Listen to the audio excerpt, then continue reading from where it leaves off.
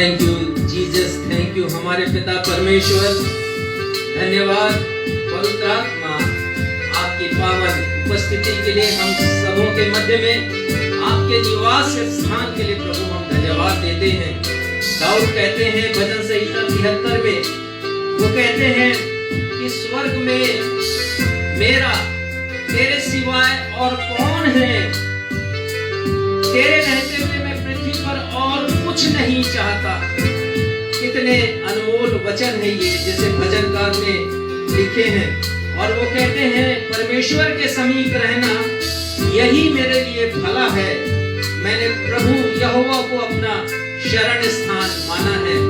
आइए हम अपने उस समय प्रभु की समीपी में, प्रभु की नजदीकी में व्यतीत करें आज की सुबह, और हम सब मिलकर के इस मधुर गीत को गाएं।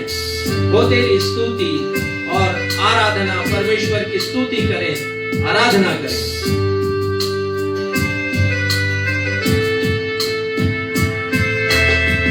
हो तेरी स्तुति और आराधना करता हूँ मैं तुझसे यही प्रार्थना। महिमा से अपनी तू इस जगह को भर, अपनी इच्छा को पूरी यहाँ पर कर।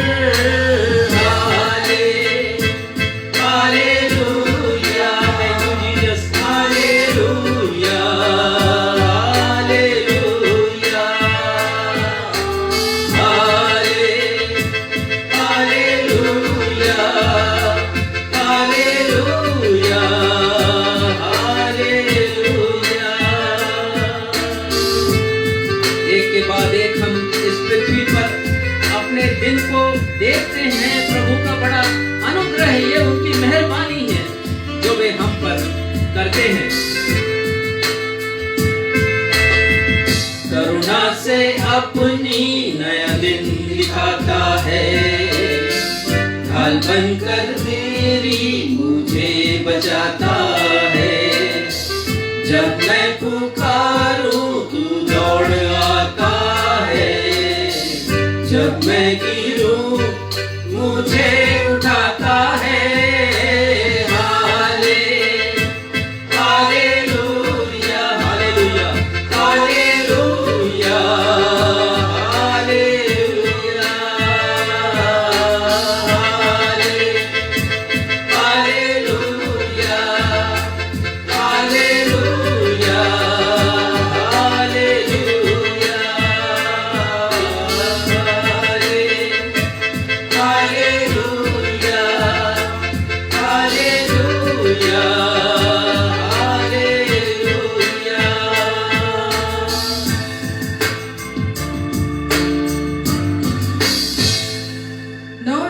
एवेंजलिकल चर्च की 41वीं रविवारी ऑनलाइन आराधना में मैं आकांक्षा मसीह आप सभी दर्शकों का हार्दिक स्वागत करती हूँ। आज की आराधना में उपस्थित समस्त दर्शकों को मैं अपने उद्धारकर्ता प्रभु यीशु के नाम से जय मसीह की सलाम, शालोम, प्रेज द लॉर्ड कहती हूँ। Praise the Lord. आइए आज की आराधना हम परमेश्वर पिता, परमेश्वर पुत्र और परमेश्वर पवित्र आत्मा के नाम से प्रारंभ करें। हम सब कहें आमीन। आमीन। भविष्यवक्ता यिर्मयाह अपनी किताब विलाप गीत के 4 अध्याय के पहले पद में लिखते हैं, सोना कैसे खोटा हो गया, अत्यंत खरा सोना कैसे बदल गया। यिर्मयाह नबी यहाँ किस खरे सोने की बात कर रहे हैं, जो खोटा अर्थात खराब हो गया है। ये यहाँ पर मनुष्य की तुलना सोना से कर रहे हैं।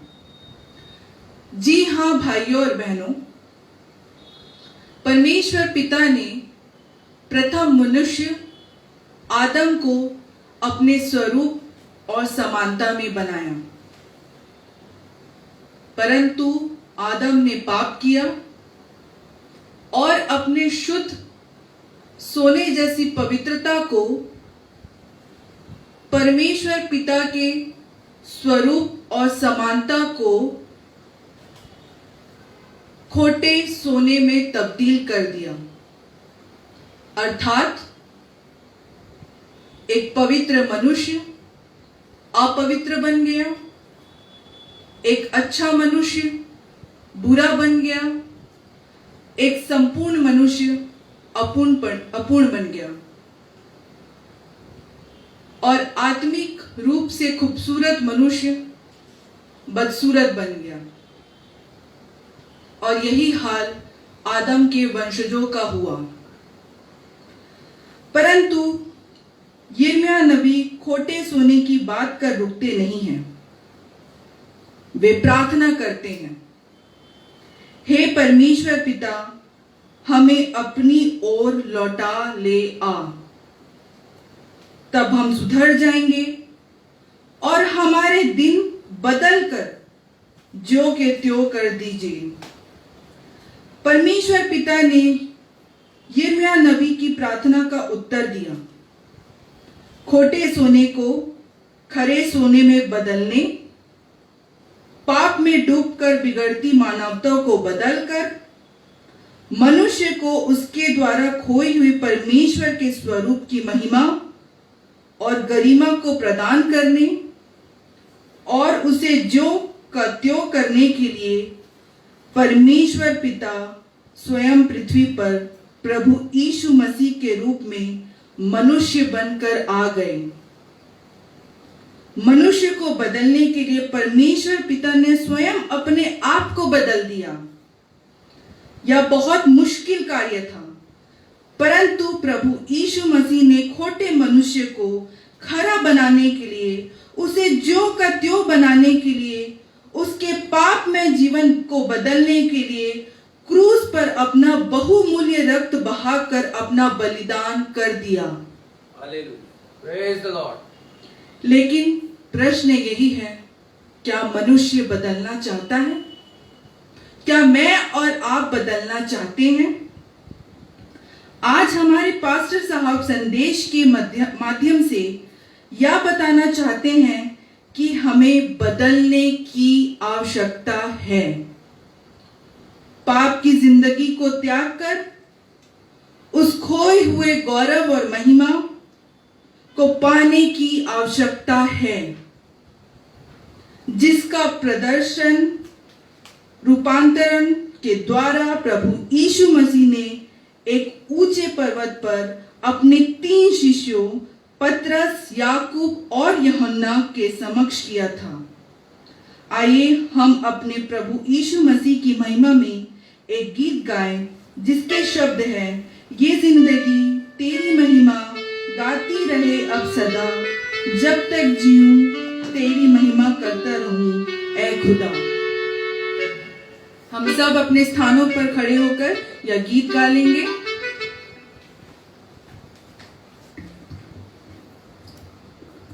एक ऊंचे पर्वत पर प्रभु यीशु मसीह ने अपना रूपांतरण किया। उनका पार्थिव शरीर महिमामयी हो गया, आलोकित हो गया, सूर्य के समान चमकने लगा। उस प्रभु यीशु मसीह की हम भी महिमा करें। पहला गीत जो हमने गाया उनकी महिमा का, और ये दूसरा गीत भी हमारे प्रभु यीशु मसीह का, जिन्होंने रूपांतरित होकर हमें एक अनोखा संदेश दिया है, जिसके ऊपर आज हम विचार करेंगे। आइए इस गीत को हम सब मिलकर गाएं।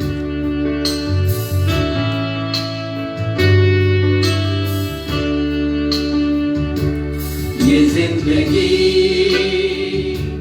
तेरी महिमा गाती रहे अब सदा। ये जिंदगी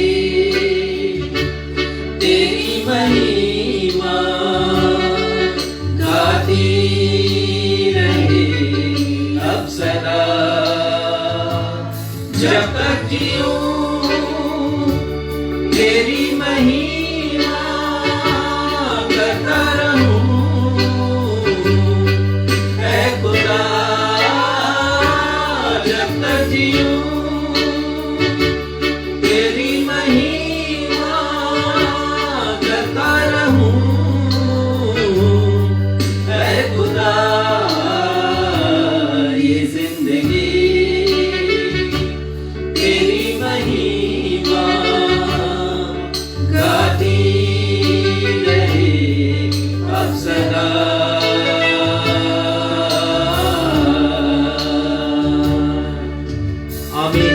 प्रभु यीशु मसीह, हमारे जीवन में यही होता रहे कि हम जिंदगी भर अपने अंतिम सांस तक आपकी महिमा करें और आपके गीतों को हम गाएं।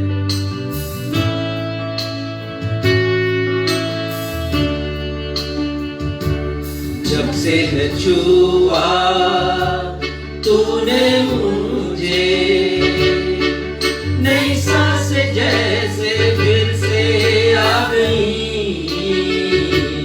जब से है थामा हाथ तेरा, बंद राहें जैसे फिर से खुल गई। जब से है छुआ तूने मुझे, नई सांस जैसे फिर से आ गई। हाँ प्रभु सच है ये। जब से है थामा हाथ तेरा, बंद राहें जैसे फिर से खुल गई। तू ही प्रभु मेरे यीशु, तेरे सिवा न होगा कोई। आमीन। तू ही प्रभु मेरे यीशु, तेरे सिवा न होगा कोई। ये जिंदगी तेरी महिमा गाती रहे अब सदा।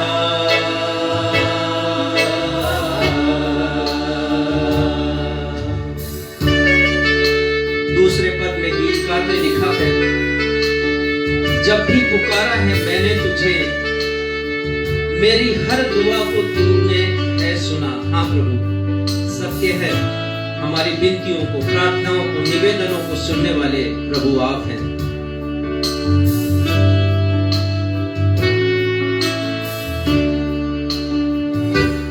जब भी पुकारा मैंने तुझे, मेरी हर दुआ को तूने है सुना। हर एक कदम पर साथ रहा, पास तुझको महसूस किया। जब भी पुकारा मैंने तुझे, मेरी हर दुआ को तूने है सुना। हर एक कदम पर साथ रहा, पास तुझको महसूस किया। कहो सना तेरी खुदा, ये जिंदगी को तुझको दिया। सच है। कहो सना तेरी खुदा, ये जिंदगी को तुझको दिया। ये जिंदगी तेरी महिमा गाती रहे अब सदा। ये जिंदगी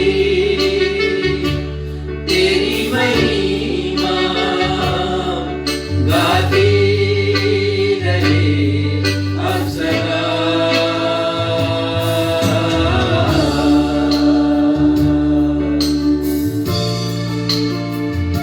हम इसी स्थिति में खड़े रहकर उत्तरवादी पाठ निकाल लेंगे जो पाया जाता है भजन संहिता 30 उसका पद 1 से लेकर 12 तक, जिसे पढ़ने में अगुवाई सक्षम मसीह करेंगे। भजन संहिता अध्याय 30 पद 1 से लेकर 12 तक। आप सबों को जय मसीह की। जय मसीह की। उत्तरवादी के पाठ के लिए हम निकाल लेंगे भजन संहिता उसका 30वां अध्याय पद 1 से 12 तक, साम चैप्टर 30 वर्स 1 to वर्स 12। और यहाँ यो लिखा है, हे यहोवा, मैं तुझे सराहूंगा, क्योंकि तूने मुझे खींचकर निकाला है और मेरे शत्रुओं को मुझ पर आनंद करने नहीं दिया। हे मेरे परमेश्वर यहोवा, मैंने तेरी दुहाई दी और तूने मुझे चंगा किया है। हे यहोवा, तूने मेरा प्राण अधोलोक में से निकाला है। तूने मुझको जीवित रखा और कब्र में पड़ने से बचाया है। हे यहोवा के भक्तों, उसका भजन गाओ और जिस पवित्र नाम से उसका स्मरण होता है उसका धन्यवाद करो। क्योंकि उसका क्रोध तो क्षण भर का होता है, परंतु उसकी प्रसन्नता जीवन भर की होती है। कदाचित रात को रोना पड़े, परंतु सवेरे आनंद पहुंचेगा। मैंने तो अपने चैन के समय कहा था कि मैं कभी नहीं टलने का। हे यहोवा, अपनी प्रसन्नता से तूने मेरे पहाड़ को दृढ़ और स्थिर किया था। जब तूने अपना मुख फेर लिया, तब मैं घबरा गया। हे यहोवा, मैंने तुझी को पुकारा और यहोवा से गिड़गिड़ाकर यह विनती की जब मैं कब्र में चला जाऊंगा, तब मेरे लहू से क्या लाभ होगा?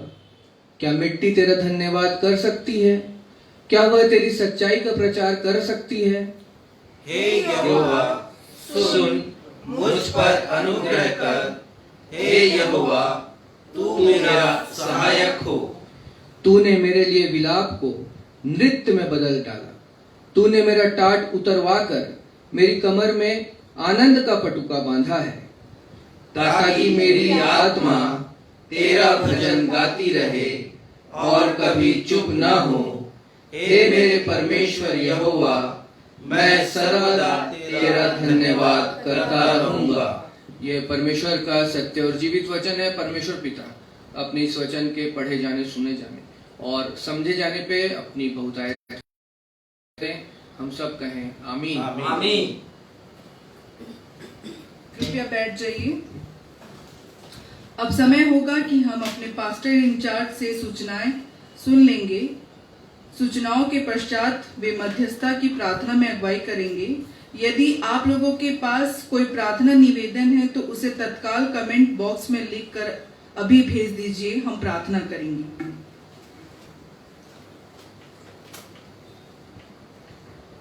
आप सबों को जय मसीह की। जय मसीह। इस सप्ताह का जो विचार मैं आपके सामने रखूंगा, मैंने उसे पहले से सोच करके तो नहीं रखा था, लेकिन आज सुबह एक ऐसी बात हो गई कि मुझे इस विचार को आपके सामने रखना पड़ा है। मैंने आवश्यक समझा कि मैं इसे रखूं। और जो विचार है वो पाया जाता है 2 कुरिन्थियों 8वां अध्याय और उसके पहले और दूसरे पद को, जिसे मैं अभी आपके सामने पढ़ूंगा। 2 कुरिन्थियों 8वां अध्याय उसके प्रथम 2 पद हैं। अब हे भाइयों, हम तुम्हें परमेश्वर के उस अनुग्रह का समाचार देते हैं जो मकीदुनिया की कलीसियाओं पर हुआ है, कि क्लेश की बड़ी परीक्षा में उनके बड़े आनंद और भारी कंगालपन के बढ़ जाने से उनकी उदारता बहुत बढ़ गई। ये परमेश्वर का जीवित वचन है। इसके पढ़े जाने, सुने जाने पर परमेश्वर अपनी आशीषें दे। मकीदुनिया की कलीसिया के बारे में संत पौलुस लिखते हैं, बड़े गर्व के साथ वो लिखते हैं और उसकी प्रशंसा करते हैं।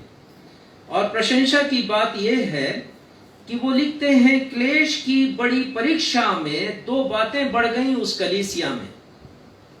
पहली बात, आनंद बढ़ गया। अब ये परमेश्वर का वचन अद्भुत वचन है। इसमें दुनियावी सोच नहीं है, जैसा मैं आपसे बार बार कहते आया हूं। ईश्वरीय विचारधारा है ये। क्लेश में स्थिरता और क्लेश में आनंद मसीही। कलीसिया का आनंद बढ़ गया। और आगे वो लिखते हैं कि भारी कंगालपन के बढ़ जाने से उनकी उदारता भी बहुत बढ़ गई। Praise the Lord. गरीब हो गए वो। विषम परिस्थितियों में हैं, लेकिन उदारता बढ़ गई, परमेश्वर के राज्य के लिए उन्होंने दिया। और तीसरे पद में कहते हैं, उनके विषय में मेरी यह गवाही है, this is my witness, Saint Paul कहते हैं कि उन्होंने अपनी सामर्थ भर वरन सामर्थ से भी बाहर मन से दिया। ये एक और विशेषता कि जो कुछ दिया उन्होंने हृदय से दिया, जो कुछ दिया उन्होंने हर्षित होकर दिया है, प्रसन्नता के साथ उन्होंने दिया है, जिसके बारे में हम 9वें अध्याय में भी पढ़ते हैं। प्रसन्नता के साथ देना, अपने क्लेश में देना, अपनी कमी में से देना, अपनी जरूरतों को काट करके देना मसीही जीवन की विशेषता है। परमेश्वर ऐसे दानदाताओं की प्रशंसा करते हैं। प्रभु यीशु मसीह ने, यदि हम पढ़ें लूका रचित सुसमाचार में, बहुत सी जगह धनवान लोगों की आलोचना की है, क्योंकि वो अपने सामर्थ्य से बाहर नहीं देते हैं। बढ़ करके कहते तो हैं कि आशीषें मिली हमको परमेश्वर से, लेकिन सामर्थ्य से बढ़ करके देना, अपनी कमियों में देना, अपनी जरूरतों को काट कर देना, यानी त्याग के साथ देना। और ऐसा ही एक उदाहरण आज सुबह प्रस्तुत किया है प्रभु के दास मेरे भाई राजा हेनरी ने और उनके परिवार ने, उन्होंने 2 लिफाफे भेजे हैं। और मैं जानता हूं कि ये कठिन दिन है उस परिवार के लिए, और कठिन परिस्थितियों से होकर के वे गुजर रहे हैं। जैसे पौलुस ने गवाही दी मकीदुनिया की कलीसिया की, मैं भी प्रभु का दास होकर उनकी गवाही दे रहा हूं। ना सिर्फ उनकी उदारता बढ़ी, लेकिन मैंने उनके परिवार में आनंद को भी देखा, कमियों में और घटियों में, विषम परिस्थितियों में। और मैं इस परिवार के लिए जो जीवित गवाही है, परमेश्वर पिता को धन्यवाद देता हूं। और सप्ताह भर के लिए आपके लिए ये वचन छोड़ता हूं। क्या ये हमारे लिए जीवित गवाही नहीं, ये किसी शिक्षा से कम नहीं है। उन्होंने लिखा है एक लिफाफे में, पास्टर की सहायता के लिए, जिनके पास घर नहीं है, जिनका मकान ढह गया है, एक छोटी सी भेंट उन्होंने दी है। और एक दूसरी भेंट उन्होंने आज की आराधना के लिए समर्पित किया है परमेश्वर पिता को। और इन दोनों भेंटों को मैं इस भेंट की थैली में डाल देता हूं, और इसके लिए हम प्रार्थना भी करेंगे। तो परमेश्वर पिता बहुत आशीष दे, साथ ही हमें सीखने की का मन दे, हृदय दे। मन से दिया उन्होंने, प्रसन्न होकर के दिया, मकीदुनिया की कलीसिया ने और इस परिवार ने भी दिया है। परमेश्वर इनके भेंट को ग्रहण करे और उन्हें भी ग्रहण करे। प्रार्थना अनुरोध इस प्रकार से हैं। मिसेस रबेका सिंह इलाहाबाद में रहती हैं, और उनका पूरा परिवार, मिस्टर सिंह और उनके पुत्र जोशुआ, ये कोशिश कर रहे हैं कनाडा का इमिग्रेशन लेने के लिए। वहाँ का वीज़ा ये लेना चाह रहे हैं, वहाँ पर सेटल होना चाह रहे हैं। और इसके लिए कुछ परीक्षाएं हैं जिसमें इन्हें उत्तीर्ण होना है, और फिर कुछ आवश्यकताएं हैं जिसे इन्हें पूरा करना है ताकि वे जा सके। और उन्होंने प्रेयर रिक्वेस्ट भेजा है कि उनके लिए प्रार्थना की जाए। तो हम उनके लिए प्रार्थना करते हैं। प्रभु, आप इनकी इच्छा को पूरा करें, और वीज़ा में जो भी तकलीफ है, परेशानी है, दिक्कतें हैं, उसे आप दूर कीजिए। हम प्रार्थना करेंगे मिस्टर हाबिल सैमुअल के लिए। इन्होंने भी प्रार्थना निवेदन भेजा है मैसेंजर में मुझे। आप भी भेज सकते हैं, यदि आज नहीं भेज रहे हैं तो बाद में अवश्य भेज दीजिए, या तो व्हाट्सएप में भेज दीजिए, या मुझे फ़ोन कीजिए, या फिर मैसेंजर में भेजिए, या फेसबुक के कमेंट बॉक्स में आप लिख दीजिए। हम किसी भी प्रार्थना को इग्नोर नहीं करते हैं। हम अपने प्रार्थना मित्रों के पास प्रार्थना भेजते हैं ताकि वे भी प्रार्थना करें आपके लिए। तो परीक्षा में सफलता के लिए उन्होंने अपना निवेदन भेजा है। परमेश्वर उनके साथ हो। मिसेस सोनू फुटियारे के लिए जो सारंगगढ़ में रहती हैं और विश्वासी परिवार से हैं, माता बनने वाली हैं। प्रार्थना करें इनके कुशल प्रसव के लिए, परमेश्वर पिता इनके साथ हों। बहन जानकी श्रीवास के लिए, जिनके लिए हम लगातार परमेश्वर से विनती कर रहे हैं, आरबी अस्पताल में भर्ती हैं, आईसीयू में भर्ती हैं। प्रार्थना की थी, ऑक्सीजन लेवल इनका बढ़ा है पर अभी भी ये आईसीयू में है। परमेश्वर से प्रार्थना करें कि ये चंगाई प्राप्त करके वार्ड में आए और उसके बाद फिर ये घर आ सकें। प्रार्थना करते हैं हम भाई मनशीद कुंडुलना के भाई अनिल कुंडुलना के लिए, रांची में हैं और उन्होंने भी प्रार्थना निवेदन हमें भेजा है। और विषय तो लिखा नहीं, लेकिन सब कुछ के जानने वाले परमेश्वर, सर्वज्ञानी परमेश्वर सब कुछ जानते हैं, तो इनकी जो भी विनती है परमेश्वर उसे सुन सके। हम सुन सके नहीं बोलना चाहिए, सुने, परमेश्वर उन्हें सुने। प्रभु का धन्यवाद हो बेटे आशय थॉमसन के लिए, उन्होंने MBA पास किया है अच्छे अंकों के साथ और धन्यवादी भेंट भी इन्होंने अर्पित की है। परमेश्वर पिता इस बेटे को अपनी आशीषों से परिपूर्ण करे और ये अपनी पढ़ाई में और आगे बढ़ना चाहते हैं और PhD करना चाहते हैं। परमेश्वर पिता इनके इस कार्य में उन्हें सफलता प्रदान करें।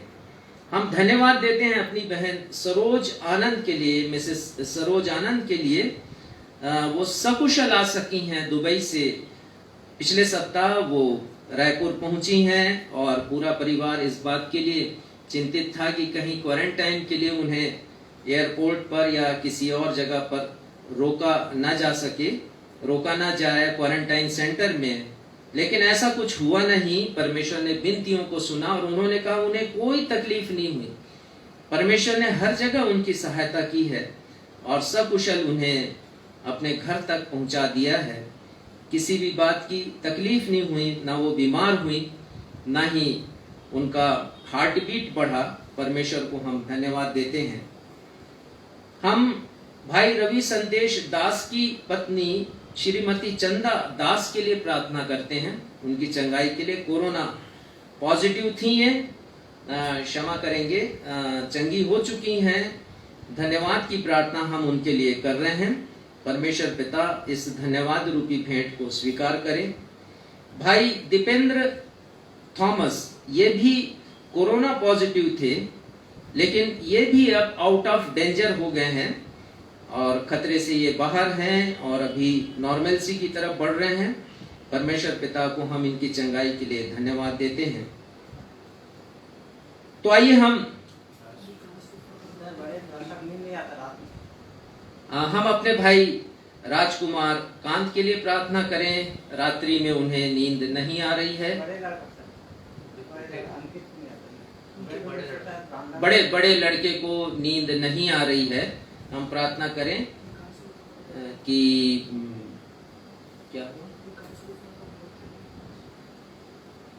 प्रार्थना करें कि प्रभु उन्हें नींद प्रदान करें। परमेश्वर के वचन में लिखा, परमेश्वर अपने भक्तों को यूं ही नींद प्रदान करते हैं। आप अपने बड़े बेटे को बोलिए कि वो भक्ति में जीवन बिताएं, परमेश्वर वैसे ही नींद प्रदान करेंगे उनको। प्रभु के नाम की प्रशंसा हो। हमारे पास्टर रेवरेंड डीकन विकास थॉमसन के लिए, जिनका आज बर्थडे है, परमेश्वर पिता उन्हें बड़ी आशीषें दें। उन्होंने मुझे बताया कि वे आज परसा पानी के दौरे पर रहेंगे, वहाँ एक कलीसिया का निर्माण कर रहे हैं। एक बहुत बड़ा काम वो कर रहे हैं ग्रामीण क्षेत्र में और उसके निर्माण कार्य के अवलोकन के लिए वो जा रहे हैं। परमेश्वर पिता उन्हें अपनी आशीषों से परिपूर्ण करें। आइए हम प्रार्थना में जाएं। हमारे पिता, हम आपके समीप आते हैं प्रभु। आज की सुबह अपने हर एक निवेदनों को हम बड़े आदर के साथ, सम्मान के साथ और विश्वास के साथ आपके सिंहासन के समक्ष अपने उद्धारकर्ता प्रभु यीशु मसीह के नाम में रखते हैं। प्रार्थना करते हैं पिता कि हमारे हर एक निवेदन आपको सुगंध रूपी द्रव्य के समान ग्रहण हो सके। पिता, हर एक उन विषयों के लिए जिसके लिए हमने धन्यवाद दिया, हम आपकी महिमा करते हैं, क्योंकि हमने देखा है पिता कि आप हमारी विनतियों को सुनने वाले परमेश्वर हैं। साथ ही साथ हर एक उन निवेदनों को जिसे हमने पढ़ा है पिता, और आपकी ज्ञान में, आपकी जानकारी में वो पहले से ही हैं, हम इन्हें भी आपके सिंहासन के समक्ष रखते हैं। प्रार्थना करते हैं प्रभु कि हमारे ये सारे निवेदन एक गुलदस्ते के रूप में आपके समक्ष हों प्रभु, और आप उन्हें सुने, हमारे हर एक निवेदनों को। साथ ही प्रार्थना करते हैं अपने हर एक दर्शकों के लिए, जिन्होंने लिखा तो नहीं है लेकिन उनके भी हृदय में कोई ना कोई अनुरोध है, आपसे विनती है, याचना है। प्रार्थना करते हैं पिता, उस तरफ भी ध्यान दीजिए और उनकी विनतियों को सुनिए।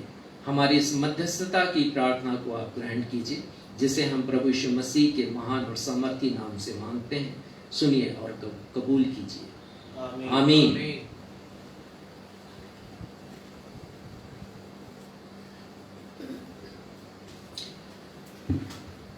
पवित्र शास्त्र बाइबल से पाठों का पठन होगा और पहला पाठ पाया जाता है निर्गमन, उसका अध्याय 34, उसके पद 29 से लेकर 35 तक, जिसे पढ़ने में अगुवाई श्रीमती बीना मसीह करेंगी। और दूसरा पाठ पाया जाता है प्रेरितों के काम अध्याय 6 पद 7 से लेकर 15 तक, जिसे पढ़ने में अगुवाई भाई क्षितिज मसीह करेंगे।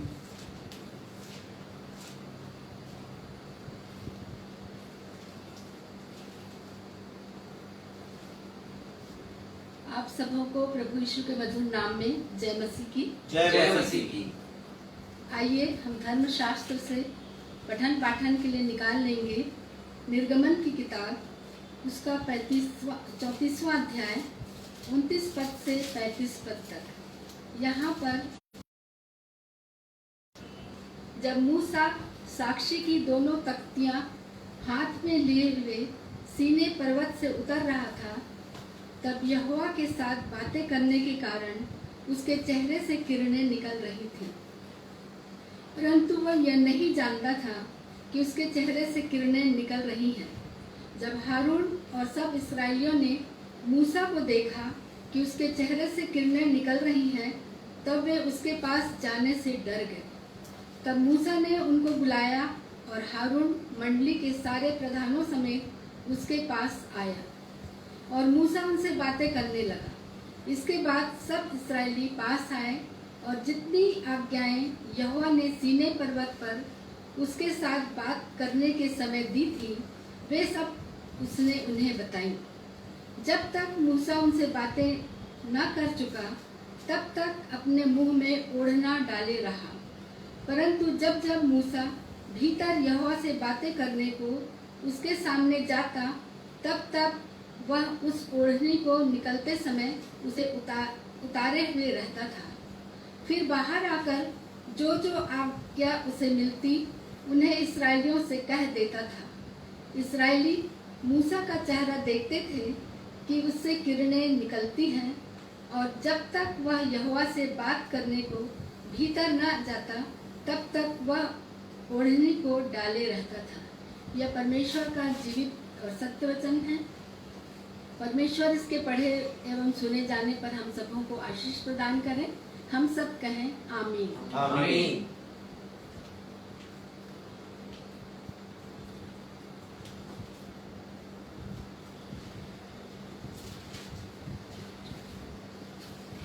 आप सबों को हमारे मुक्तिदाता प्रभु यीशु मसीह के मधुर और मीठे नाम में सलाम। दूसरे पाठ के रूप में हम निकाल लेंगे नए नियम की पुस्तक से प्रेरितों की पत्री, उसका 6वां अध्याय पद 7 से 15 तक। प्रेरित अध्याय 6 पद 7 से पद 15 तक। और यहाँ पर वचन यूं कहता है, परमेश्वर का वचन फैलता गया और यरूशलेम में चेलों की गिनती बहुत बढ़ती गई, और याजकों का एक बड़ा समाज इस मत को मानने वाला हो गया। स्तिफनुस अनुग्रह और सामर्थ से परिपूर्ण होकर लोगों में बड़े बड़े अद्भुत काम और चिन्ह दिखाया करता था। तब उस आराधनालय में से जो लिबर्तीनों की कहलाती थी और कुरेनी और सिकंदरिया और किलिकिया और एशिया के लोगों में से कई एक उठकर स्तिफनुस से वाद विवाद करने लगे, परंतु उस ज्ञान और उस आत्मा का जिससे वह बातें करता था वे सामना न कर सके। इस पर उन्होंने कई लोगों को उभारा जो कहने लगे, हमने इसको मूसा और परमेश्वर के विरोध में निंदा की बातें कहते सुना है, और लोगों और प्राचीनों और शास्त्रियों को भड़काकर चढ़ आए और उसे पकड़कर महासभा में ले आए और झूठे गवाह खड़े किए, जिन्होंने कहा, यह मनुष्य इस पवित्र स्थान और व्यवस्था के विरोध में बोलना नहीं छोड़ता, क्योंकि हमने उसे यह कहते सुना है कि यही यीशु नासरी इस जगत को ढा देगा और उन रीतियों को बदल डालेगा जो मूसा ने हमें सौंपी है। तब सब लोगों ने जो सभा में बैठे थे उस पर दृष्टि गड़ाई, तो उसका मुख स्वर्गदूत का सा देखा। यह परमेश्वर का जीवित वचन है। परमेश्वर पिता इसके पढ़े और सुने जाने पर आशीष प्रदान करे। हम सब कहें आमीन। आमीन। सुसमाचार के पाठ के लिए हम निकाल लेंगे लूका रचित सुसमाचार अध्याय 9, उसके पद 28 से लेकर 36 तक, जिसे पढ़ने में अगुवाई रेवरेंड राजेश मसीह करेंगे।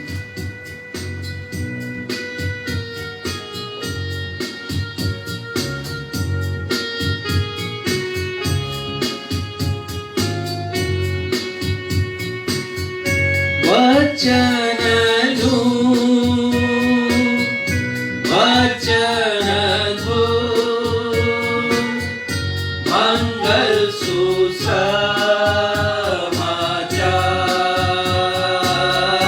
वचन दूं, वचन दूं, मंगल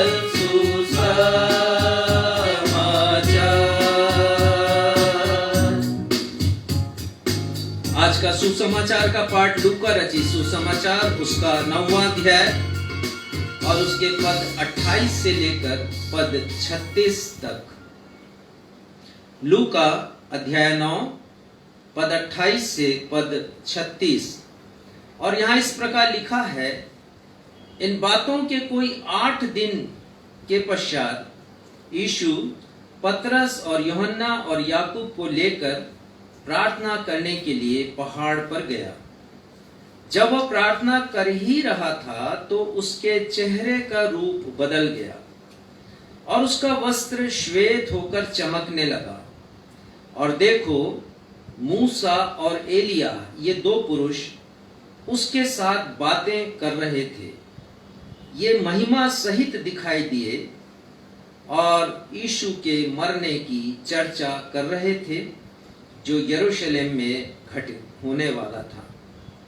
पतरस और उसके साथी नींद से भरे थे, और जब अच्छी तरह सचेत हुए तो यीशु की महिमा और उन 2 पुरुषों को जो उसके साथ खड़े थे देखा।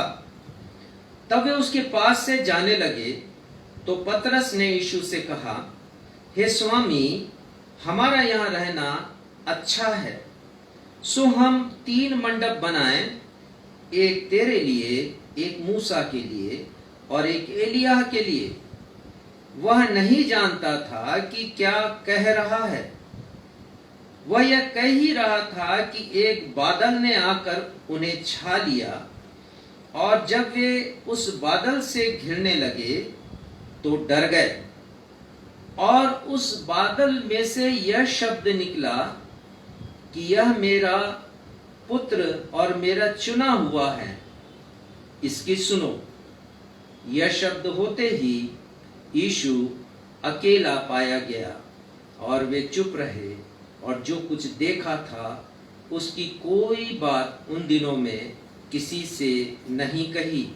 ये प्रभु यीशु ख्रिस्त का सुसमाचार है। हे प्रभु यीशु ख्रिस्त, आपके नाम की महिमा हो। हम सब कहें आमीन। आमीन।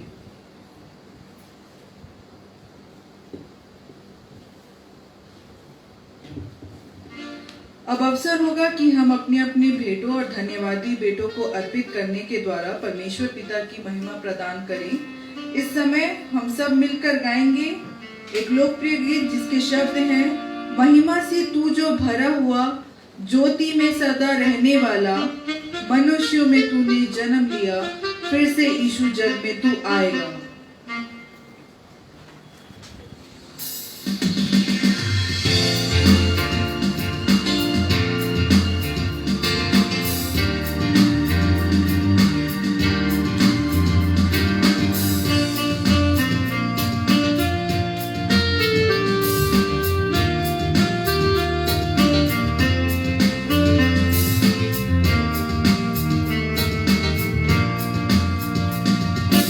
महिमा से तू जो भरा हुआ, ज्योति में सदा रहने वाला, मनुष्यों में तूने जन्म लिया, फिर से यीशु जग में तू आएगा, आएगा यीशु आएगा, फिर से यीशु जग में तू आएगा, मनुष्यों में तूने जन्म लिया, फिर से यीशु जग में तू आएगा।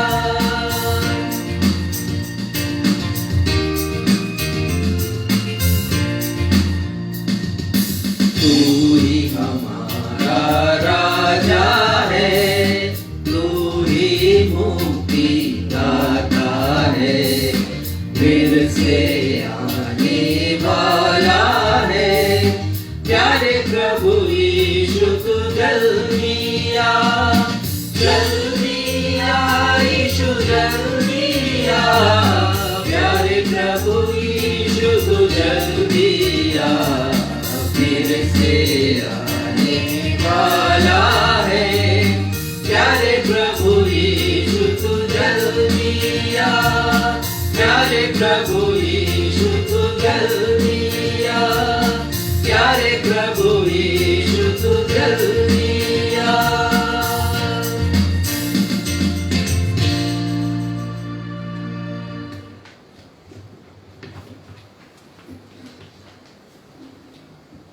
भेंटों के लिए धन्यवाद की प्रार्थना भाई क्षितिज मसीह करें।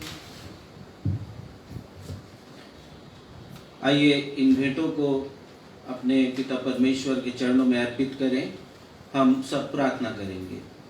महान जीवित अनुग्रहकारी पिता परमेश्वर, आराधना के इस समय जब हमने अपने भेंटों को आपके समक्ष रखा है, प्रेम पिता, धन्यवादित हृदयों को आपके समक्ष रखा है, अपनी प्रार्थना निवेदनों को अपनी घटती बढ़ती में से रखा है, प्रेम पिता, होने दीजिए कि ये भेंट आपके समक्ष ग्रहण योग्य होने पाए, प्रेम पिता। आप उन भेंटों से आनंदित होते हैं जो त्याग के साथ दी जाती हैं। आप उन भेंटों से आनंदित होते हैं जिसमें महिमा और आदर होता है, प्रेम पिता। होने दीजिए जब भी हम भेंट दें तो पूरी भक्ति और दीनता के साथ देने वाले हो सके, प्रेम पिता, ताकि वो भेंटें आपको ग्रहण योग्य हो, न सिर्फ अपनी बढ़ती में परंतु अपनी घटती में भी हम भेंट देना ना भूलें। होने दीजिए प्रेम पिता, इन भेंटों के द्वारा आपके नाम को महिमा मिलने पाए। इन भेंटों का जो उपयोग होने वाला है, जो गरीब पास्टर्स के घर के निर्माण के लिए, प्रेम पिता, जिनका घर ढह गया, आपके वचन के प्रचार प्रसार के लिए और संस्थाओं की मदद के लिए, प्रेम पिता, होने दीजिए कि ये मुट्ठी भर भेंट तो है, परंतु हम जानते हैं कि आप शून्य को लेकर के बहुतायत में बढ़ा देते हैं।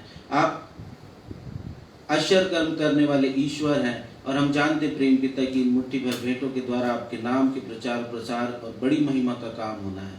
बाकी की आराधना को आपके अगुवाई हमें प्रदान कीजिए। इस विनती को अपने उद्धारकर्ता प्रभु यीशु के नाम से मांग लेते हैं, आमीन। आमीन।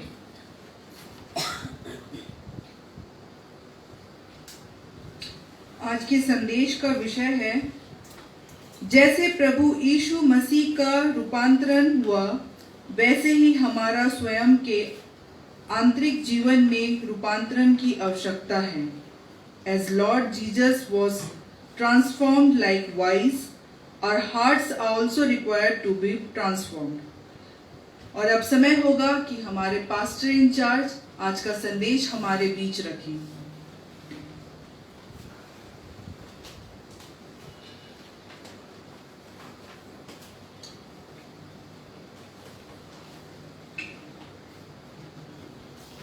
इसके पहले कि हम आज के संदेश पर आए, मैं आपको थोड़ा पीछे ले जाना चाहता हूं ताकि पुनरावृत्ति हो सके, हम रिवाइज कर सकें, रिपीट कर सकें अपने स्मरण शक्ति को और समझ सकें कि हमने पिछले दिनों क्या अध्ययन किया है।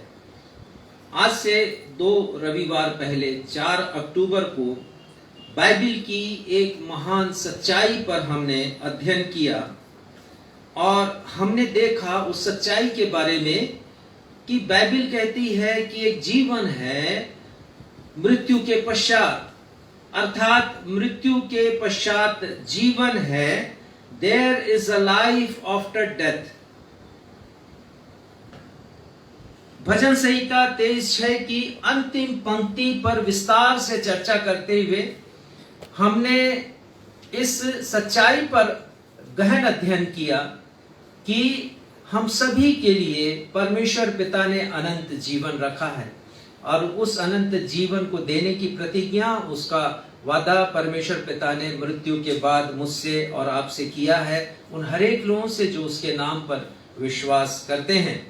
फिर हमने पिछले रविवार को अर्थात 11 अक्टूबर को बाइबल की एक और सच्चाई पर गहन अध्ययन किया कि मृत्यु के पश्चात हम पार्थिव शरीर को छोड़कर स्वर्गीय स्वरूप धारण करेंगे।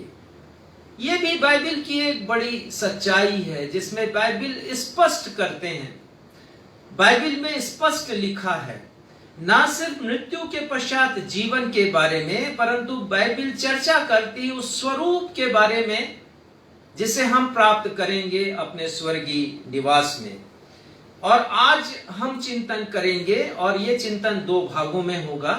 मैं बहुत कोशिश कर रहा था कि आज इसे मैं समाप्त कर सकूं और आने वाले रविवार को फिर हम दूसरे विषय की तरफ जाएं, लेकिन 2 भागों में ये अध्ययन होगा क्योंकि अध्ययन करते हुए और लिखते हुए ये काफी लंबा हो चुका है। तो 2 भागों में हम इसे विभक्त कर रहे हैं और हम चिंतन करेंगे कि मृत्यु के पश्चात यदि जीवन है तो उस जीवन का स्वर्गीय और उस जीवन का स्वर्गीय स्वरूप है, तो हम उस स्वर्गीय स्वरूप में कैसे परिवर्तित हो सकते हैं, हम कैसे बदल सकते हैं। आने वाला जो रविवार है इसके हम दूसरे भाग के कुछ बिंदुओं के ऊपर विचार करेंगे और उसके बाद जो आने वाला रविवार है अर्थात 1 नवंबर को हम एक और महत्वपूर्ण विषय पर चर्चा करेंगे और वो विषय हमें सतर्क करने वाला विषय है, हमें जागरूक करने वाला विषय है और वो विषय है कि मृत्यु के पश्चात बाइबल कहती है कि नारकीय जीवन का भी अस्तित्व है और नारकीय जीवन पर मनुष्य का स्वरूप कैसा होगा। स्वर्गीय जीवन पर में मनुष्य के स्वरूप के बारे में तो हमने सीख लिया, नारकीय जीवन में मनुष्य के जीवन के अस्तित्व और उसके स्वरूप के ऊपर हम चर्चा करेंगे। ये विषय ऐसे विषय हैं जिन पर बहुत कम प्रचार किया जाता है। हमें अपनी नियति, अपनी डेस्टिनी, अपने लक्ष्य को जानने की आवश्यकता है। मृत्यु के पश्चात हम कहां जा रहे हैं। जब हम जीवित होते हैं तो जब होश संभालते हैं तब से लेकर के अपने अंतिम सांस तक हम योजनाएं बनाते हैं अपने जीवन को बेहतर बनाने के लिए और हम योजनाबद्ध तरीके से काम भी करते हैं। परंतु क्या हमने अपने जीवन के मृत्यु के पश्चात के जीवन के बारे में कोई योजना बनाई है अपने जीवन में? क्या हमने उसके ऊपर योजनाबद्ध तरीके से काम करना प्रारंभ किया है? यदि मैं और आप सोचते हैं कि हमारे ये जीवन एक जीवन यात्रा है, तो क्या कभी जानने की कोशिश की है कि हम कहां पर पहुंच रहे हैं मृत्यु के पश्चात? हमारी मंजिल क्या है? स्वर्गीय जीवन है या नारकीय जीवन है? तो 1 नवंबर को हम इस पर चर्चा करेंगे, इस बात पर हम खुलासा करेंगे और आपसे अनुरोध है कि आने वाले दोनों सप्ताह, दोनों रविवार हमारे साथ ही आप बने रहें। आज के चिंतन का विषय है, जैसे प्रभु यीशु मसीह का रूपांतरण हुआ वैसे ही हमारे आंतरिक जीवन में रूपांतरण की आवश्यकता है। और इस विषय को आपके समक्ष हमारी आकांक्षा बेटी ने रखा है, मैं उन्हें धन्यवाद देता हूं आज के संचालन के लिए। As Lord Jesus was transformed, likewise our hearts also required to be transformed. जैसे प्रभु यीशु मसीह का रूपांतरण हुआ वैसे ही हमारे आंतरिक जीवन में रूपांतरण की जरूरत है। इन दो वाक्यों के मध्य में एक और वाक्य है और ये बहुत महत्वपूर्ण वाक्य है। अब मैं आपके सामने इस पूरे वाक्य को पढ़ता हूं, अपने विषय को रखता हूं। जैसे प्रभु यीशु मसीह का रूपांतरण हुआ, वैसे ही हमारा रूपांतरण भी होगा। जय मसीह। जय मसीह। जैसे प्रभु यीशु मसीह का रूपांतरण हुआ, वैसे ही मेरा और आपका रूपांतरण। लेकिन शर्त है, और शर्त यह है कि हमें अपने आंतरिक जीवन का रूपांतरण पहले करना है। हमें अपने हृदय परिवर्तन की जरूरत है। हमें अपने मन फिराव की जरूरत है। प्रभु यीशु मसीह का रूपांतरण हुआ एक पर्वत पर, और उस रूपांतरण के द्वारा प्रभु यीशु मसीह ने प्रदर्शन किया, डिमॉन्स्ट्रेट किया उस जीवन के बारे में जिसे देने की प्रतिज्ञा परमेश्वर ने मुझसे और आपसे की है। डिमॉन्स्ट्रेट किया है। मृत्यु के पश्चात कैसे मुझे और आपको एक महिमामयी देह मिलेगी, मृत्यु के पश्चात कैसे मुझे और आपको महिमामयी वस्त्र भी मिलेंगे, परिधान, स्वर्गीय परिधान। लेकिन उस महिमामयी देह और उस महिमामयी परिधान को पाने के लिए हमें अपने स्वयं के आंतरिक जीवन में परिवर्तन की आवश्यकता है। अपने इंसाइट को बदलने की आवश्यकता है। अपने अंतर्दृष्टि में परिवर्तन लाने की आवश्यकता है। स्वर्गीय जीवन पाने के लिए पहले हमें आत्मिक जीवन को बदलना होगा। हम देख लें कि हमारे आत्मिक जीवन की दशा क्या है। आज के संदेश पर हम 4 प्रश्नों एवं उनके उत्तर के द्वारा चिंतन मनन करेंगे, लेकिन आज केवल 2 प्रश्न ही हम देख पाएंगे समय के अभाव में, और बाकी के 2 प्रश्नों को हम आने वाले रविवार को देखेंगे। 4 प्रश्नों के विषय में हम कुल मिलाकर के विचार करेंगे, और आज केवल 2 प्रश्न जैसा मैंने बताया। पहला प्रश्न है, रूपांतरण क्या है? हम क्या समझते हैं रूपांतरण के बारे में? What is transformation? रूपांतरण किसी बहुरूपीय के समान रूप और वस्त्र में परिवर्तन नहीं है। हम सब जानते हैं बहुरूपीय को। हमारे देश में ये कोई ऐसा शब्द नहीं है जिससे मैं और आप अनजान हो। यद्यपि आज के जमाने में बहुरूपियों का चलन बहुत कम हो गया है। पहले जब बचपन में हम अक्सर देखा करते थे कि बहुरूपीय आते हैं घर में और तरह तरह की का अभिनय करके तरह तरह के परिधानों में, पोशाकों में वो आते हैं, रूप बदल कर आते हैं, और फिर वो कुछ इसके बदले में आर्थिक सहायता मांगते हैं। एक प्राणी है जिसे कैमेलियन कहते हैं और हिंदी में उसे कहते हैं गिरगिट। ये प्राणी भी अपने रंग को परिवर्तित करता है। वो फूल पत्तियों के अनुसार, वातावरण के अनुसार अपने रंग को परिवर्तित करके धोखा देता है। ये मांसभक्षी होता है और धोखा दे करके अपने शिकार को ये पकड़ता है। लेकिन रूपांतरण जो बाइबल का एक महत्वपूर्ण विषय है, ये इन दोनों से अलग है, क्योंकि बहुरूपिया जैसा नाम ही है उसका कि यानी अनेक वेशभूषा में वो आता है। उसी प्रकार ये कैमेलियन जो प्राणी है, गिरगिट है, वो भी अनेक रंगों में अपने रूप को परिवर्तित करता है। लेकिन रूपांतरण केवल एक ही बार होगा। हमारा जो आत्मिक रूपांतरण जिसको डिमॉन्स्ट्रेट किया है प्रभु यीशु मसीह ने उस ऊंचे पर्वत पर, वो सिर्फ एक बार होगा। अनेक रूप में नहीं होगा, सिर्फ एक ही रूप में होगा।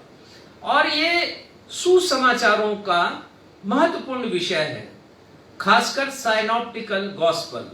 साइनॉप्टिकल गॉस्पल उनको कहते हैं जिसमें एक प्रकार से समरूप से वर्णन आया है। और ये सुसमाचार 3 सुसमाचार हैं। प्रथम 3 सुसमाचार मत्ती, मरकुस और लूका, साइनॉप्टिकल गॉस्पल इनको कहते हैं। और यूहन्ना को जोहनाइन गॉस्पल कहते हैं थियोलॉजी की भाषा में। वो अलग है इन तीनों से, उसमें वर्णन भी इन तीनों से अलग है, लेकिन मेल खाते हुए वर्णन है प्रथम 3 सुसमाचारों में। और बाइबल का महत्वपूर्ण विषय होने के कारण तीनों सुसमाचारों ने इसका उल्लेख किया है। मत्ती ने भी किया अध्याय 17 में, मरकुस ने किया अध्याय 9 में, और लूका ने भी अध्याय 9 में किया, जिसे आज सुसमाचार पाठ के अंतर्गत हमने देखा है। ट्रांसफॉर्मेशन शब्द ग्रीक भाषा के शब्द मेटा मार्फू से निकला है और उसका अर्थ होता है कायाकल्प हो जाना, रूप का बदल जाना। और संत लूका उसका उल्लेख करते हुए लिखते हैं 29वें पद में, उसके चेहरे का रूप बदल गया, मेटामार्फू, रूपांतरण हो गया प्रभु यीशु मसीह के चेहरे का। चेहरे मोहरे में या मुखड़े में आश्चर्यजनक परिवर्तन का हो जाना, यह है मेटामार्फू, यह है रूपांतरण। आप इसकी परिभाषा से रूपांतरण को और अच्छी तरह समझेंगे। चेहरे के रूप या काया अर्थात देह में या बाह्य वेशभूषा में, परिधान में, शरीर में या परिधान में आमूल चूल परिवर्तन या संपूर्ण दृष्टिकोण से ऐसा परिवर्तन जो मनुष्य को आत्मिक सुंदरता की ऊंचाइयों तक पहुंचा दे, यह है रूपांतरण। आत्मिक सुंदरता की ऊंचाइयों तक जो पहुंचा दे वो रूपांतरण है बाइबल की भाषा में, वो ट्रांसफॉर्मेशन है। आज हम जिस स्तर पर हैं उस स्तर से कई गुना आगे मेरा और आपका रूपांतरण होगा। आत्मिक सुंदरता की ऊंचाइयों तक, आत्मिक उपलब्धता की ऊंचाइयों तक हम पहुंचेंगे। प्रभु यीशु मसीह ने ऐसे ही रूपांतरण का प्रदर्शन किया है। लेकिन बाइबल 2 और उदाहरणों के बारे में बताती है। यद्यपि ये संपूर्ण परिवर्तन नहीं है, आंशिक परिवर्तन है। संपूर्ण परिवर्तन, संपूर्ण रूपांतरण केवल प्रभु यीशु मसीह ने प्रदर्शित किया। पर ये जो 2 नाम मैं आपको बता रहा हूं और आज के पाठ में ये दोनों वर्णनों को हमने पढ़ा है। पहला है मूसा, और निर्गमन 34 में हम इसका उल्लेख पढ़ते हैं। और हम पढ़ते हैं कि जब मूसा साक्षी की दोनों तख्तियों को लिए हुए सीने पर्वत से उतरकर अपने लोगों के मध्य में आ रहा था, तो लिखा है कि उनके चेहरे से आभा प्रकट हो रही थी, किरणें निकल रही थी, उनका चेहरा चमकदार हो गया था। और ऐसा लिखा है कि लोग उनके चेहरे को देख नहीं पाते थे। यह अद्भुत परिवर्तन आ गया। 40 दिन और 40 रात मूसा परमेश्वर की समीपी में रहे। परमेश्वर व्यवस्था की बातें उससे कह रहे थे, वो व्यवस्था की बातों को सुन रहा था। वहां पर परमेश्वर ने 10 आज्ञाएं की 2 तख्तियां मूसा के हाथ में दी थी। अपने हाथों से परमेश्वर ने उन्हें पत्थर पर लिखा था और वो मूसा के पास थी। 40 दिन 40 रात उसने परमेश्वर की संगति में व्यतीत किया था सीने पर्वत पर। तो परमेश्वर की समीपी ही कुछ ऐसी होती है जो हमारे व्यक्तित्व को बदल देती है। अब यहाँ पर मूसा का व्यक्तित्व भी बदला हुआ व्यक्तित्व है। यहाँ लिखा है पद 30 में, जब हारून और सब इस्राएलियों ने मूसा को देखा कि उसके चेहरे से किरणें निकलती हैं, तब वे उसके पास जाने से डर गए और उन्होंने निवेदन किया कि आप कुछ वस्त्र से अपने चेहरे को ढांक लीजिए। और लिखा है कि वो ओढ़नी लगा लिया करता था, ना सिर्फ सीने पर्वत पर, परंतु आगे विवरण आया है कि जब वो पवित्र स्थान में जाता था, परमेश्वर के पास वो जाया करता था, परमेश्वर से बातचीत करता था, वो तब भी एक आभा प्रकट होती थी उसके चेहरे से, प्रज्वलित होता था, उसका उज्जवल दिखाई देता था, प्रज्वलित नहीं बोलना चाहिए मुझे, और उसके चेहरे से किरणें निकला करती थीं। संत पौलुस भी इस बात का वर्णन करते हैं, दूसरा कुरिन्थियों 3 अध्याय के 5वें पद में वो लिखते हैं इस बात को, मूसा का वर्णन करते हुए वो लिखते हैं, यदि आप पढ़ दे 5वां पद। यह नहीं कि हम अपने आप से इस योग्य हैं कि अपनी ओर से किसी बात का विचार कर सके, पर हमारी योग्यता परमेश्वर की ओर। 6वां, जिसने हमें, क्षमा करेंगे इसे, दूसरा कुरिन्थियों 3 अध्याय, हाँ ये 7वां पद पढ़िएगा। यदि मृत्यु की वह वाचा जिसके अक्षर पत्थरों पर खोदे गए थे यहाँ तक तेजोमय हुई कि मूसा के मुंह पर के तेज के कारण जो घटता भी जाता था, इस्राएली उसके मुंह पर दृष्टि नहीं कर सकते थे। हाँ, संत पौलुस यहाँ पर बता रहे हैं कि परमेश्वर ने 10 आज्ञाओं की तख्तियां दी थी, उसके प्रभाव से मूसा का चेहरा अलौकित हो गया था, उसका चेहरा चमकदार हो गया था, किरणें निकलती थी। पर वो कहते हैं कि मूसा के मुंह पर के तेज के कारण जो घटता भी जाता था, एक ऐसा समय आया कि धीरे धीरे वो किरणें उसके चेहरे से निकलना बंद भी हुई हैं, परंतु मूसा के चेहरे से ये किरणें निकलती थी। तो पहला उदाहरण मूसा है और दूसरा उदाहरण है स्तिफनुस के विषय में हमने पढ़ा है, और प्रेरितों के काम उसके 6वें अध्याय में उसका वर्णन आया है, और हमने पढ़ा है उसके बारे में कि परमेश्वर का वचन जब बढ़ने लगा तो मंदिर के प्रशासकों में चिंता की लकीरें भी उनके माथों पर पड़ने लगी, क्योंकि वो नहीं चाहते थे कि प्रभु यीशु मसीह का नाम फैले, विस्तार पाए। यहाँ पर लिखा है कि याजकों का एक बड़ा समाज इस मत के अधीन हो गया था, प्रभु यीशु मसीह को मानने वाले वे हो गए थे। तो एक बहुत बड़ा डिबेट रखा गया वहां पर, और डिबेट में बहुत ज्ञानवान लोग आए। ये इंटरनेशनल डिबेट था, अनेक देशों के बहुत ज्ञानी लोग, यहूदी लोग उस डिबेट में उपस्थित हैं, और सिर्फ एक व्यक्ति है और वो स्तिफनुस है, जिसके बारे में लिखा है 8वें पद में, अनुग्रह और सामर्थ्य से परिपूर्ण होकर लोगों में बड़े बड़े अद्भुत काम और चिन्ह वो दिखाया करते थे। उस डिबेट में जब ये शामिल हुए स्तिफनुस, तो लिखा है कि लोग स्तिफनुस का सामना नहीं कर सके, क्योंकि 10वें पद में लिखा है, परंतु उस ज्ञान और उस आत्मा का जिससे वह बातें करता था वे सामना नहीं कर सके। ऐसा महान व्यक्तित्व स्तिफनुस का। प्रथम शताब्दी की कलीसिया का या कलीसिया के इतिहास का पहला शहीद भी हुआ, क्योंकि अंत में उसे पथरवा करके मार डाला गया। परमेश्वर की संगति में वो रहा करते थे, और उसका परिणाम ये हुआ, 15 पद में लिखा, तब सब लोगों ने जो सभा में बैठे थे उसकी ओर ताक कर उसका मुखड़ा स्वर्गदूत का सा देखा। स्तिफनुस का चेहरा रूपांतरण हुआ।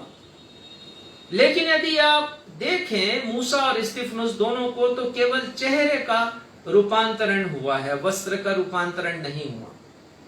लेकिन प्रभु यीशु मसीह के रूपांतरण में हम संपूर्ण रूपांतरण के विषय में पढ़ते हैं, और यही दूसरा प्रश्न है, क्या हुआ जब प्रभु यीशु मसीह का रूपांतरण हुआ। और इसे समझने के लिए हम निकाल लें आज का सुसमाचार का पाठ, लूका रचित सुसमाचार उसका 9वां अध्याय, और 28 पद से लेके हम 36 पद तक पढ़ेंगे और कुछ बातों को सीखेंगे। 28 पद में लिखा है, पढ़िएगा, इन बातों के कोई 8 दिन बाद वह पतरस, यूहन्ना और याकूब को साथ लेकर प्रार्थना करने के लिए पहाड़ पर गया। प्रभु यीशु मसीह एक पर्वत पर गए।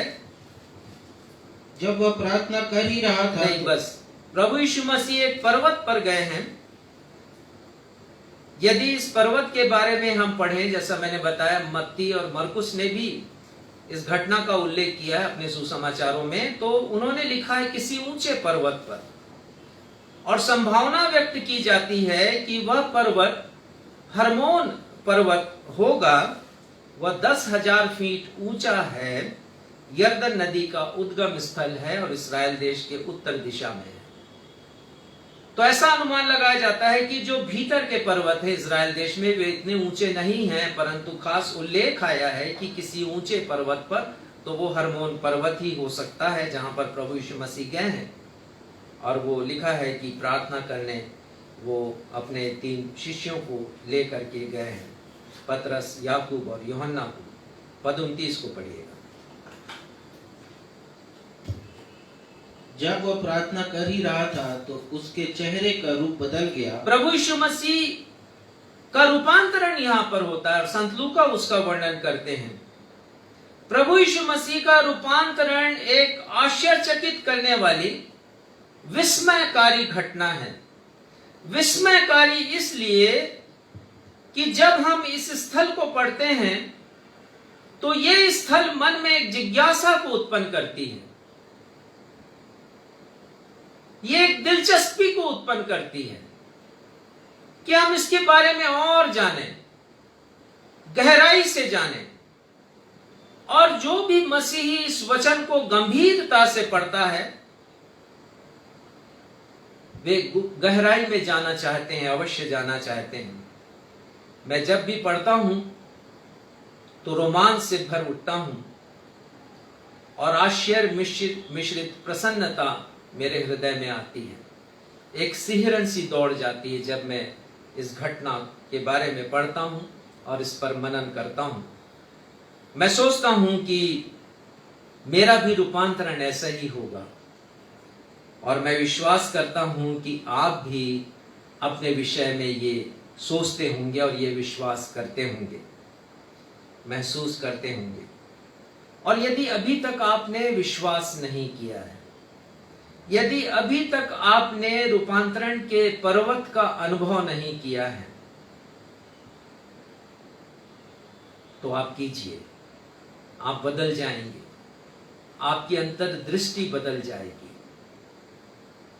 आप में आंतरिक परिवर्तन होगा उस जीवन को पाने के लिए जिसका प्रदर्शन प्रभु यीशु मसीह ने किया है। पद 29 फिर से पढ़िए।